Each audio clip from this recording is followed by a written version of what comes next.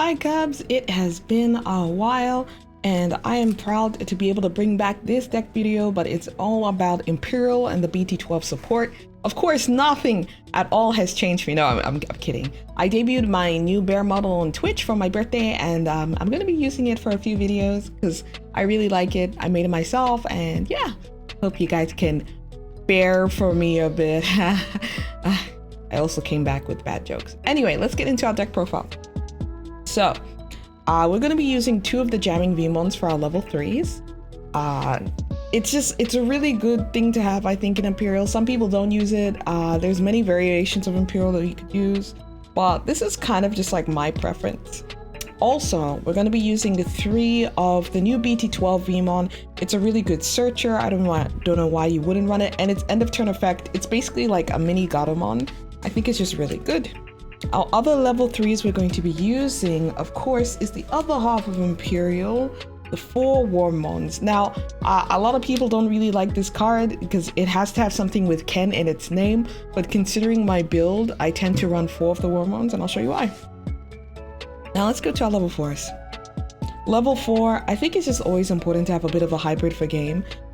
With this kind of new build, yes, you do have more of a wider build. I've kept the wide build format, but just having a hybrid for game is just extremely important, and I think you always need one. Let's get into the bread and butter because we need level 4s in this deck in order to be able to make it work, because it's very heavy on the Jogress for the lower end, unlike Mastermon, and it's important to run quite a few of them. So these are our level 4s for the deck. So 4 and 4 of the new BT12, because when you Jogress, DNA Digivolve, you actually gain a memory, and sorry for the glare, it's a little bit harsh. And then we're running 2 of what is probably in the old deck recipe, which is the 2x Vmon for jamming. Really important to have jamming. And Stingmon, which you basically play for a cost of 3. That's why our level 3s aren't that much in this deck. So you're pretty much saving a lot of memory and gaining a lot of memory with this. Next on up is going to be our level 5s. Now, the new Dino Beamon support is extremely good. It's so much better than the old Dino Beamon, but I still just run 2 of them. I run 3 of the most recent Imperialdramon in BT12, and I run 2 of the starter deck one. It depends on what kind of build you're going for. I'm going for more the Jogress offensive build a little bit, whereas if you want to get something a bit more aggressive, definitely try to run 4 of these instead, and you could either take out one of the Imperialdramons or just see which ratios work for you. Okay, next up, we're going to go to our level 6s. Now, I think this is a hard part for a lot of people because they're wondering, oh, what kind of dragon mode should I run? And I would definitely say the OG dragon mode. The only reason I like to do the OG dragon mode is because my deck build is heavy on Jogressing, so it definitely needs to spit out 2 bodies from its source so that you can Jogress again into Imperialdramon, do another effect, keep going, you could do another dragon mode. It just makes the deck a lot faster for me, in my opinion.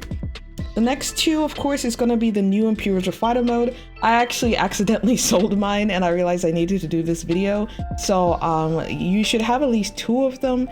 Some people would only run 1 or 1 of the BT8 one. I feel like the BT8 one is not that good for this meta, so I do recommend, if you can, do the BT12. Okay, that is all for our Digimon. Now let's check out our Tamers, because this is another ratio which people don't find very easy to figure out. So we've got Davis. It searches a green and a blue Digimon. 2 of the new Davis. I feel like the new Davis is very specific, but in my build, you probably need 2 or 3. I was thinking of taking out one of these to go into 1, but I kind of like 2 at the moment. And I run 3 Davis and Ken. You'll be gaining a lot of memory from this Tamer alone with all of your Digimon cards and saving a lot of memory. I think it's important because we run, as you remember, 4 copies of the Wormmon, so we need something with Davis and Ken in its name. Some people are using the starter deck version ones that we got, the special art ones. But I think it's just important to run 3 of those, and I don't think anything else is needed in terms of extra DP or extra memory in the deck. Options. 2 Megadeth. I think it's always important to at least have 1 Megadeth. 1 Gigadeath. Gigadeath is a very high cost card, but it saved me in a lot of matches. particularly with a Restaurant player. 2 Hammer Spark. It's blue. Of course you will need a Hammer Spark. Speaking of blue, we need an Ice Wall. Ice Wall just helps. Hammer Spark's really good in terms of like if you can't find your pieces, but considering the search power of this deck, very hard to brick, but if you need to, you've got a Hammer Spark to gain that extra memory. And 2 blue memory boosts. I feel like in terms of Jogger's decks, you're either bricking either on one side of the color or the other side. For in this case, it could be bricking with the blue side, so you need to try and find your blues. You could be bricking on the green side, but considering I feel like it's more of a blue based deck, blue memory boost should be able to suffice. And in case you guys are wondering, and I didn't explain at the beginning of the video, we're still running the BT3 Demimon. I feel like it's just really important to keep running this card. There was a new egg that was a part of BT12, but I feel like it's not as good for the deck. So I do recommend that you run this egg. And thank you guys so much for tuning into this video.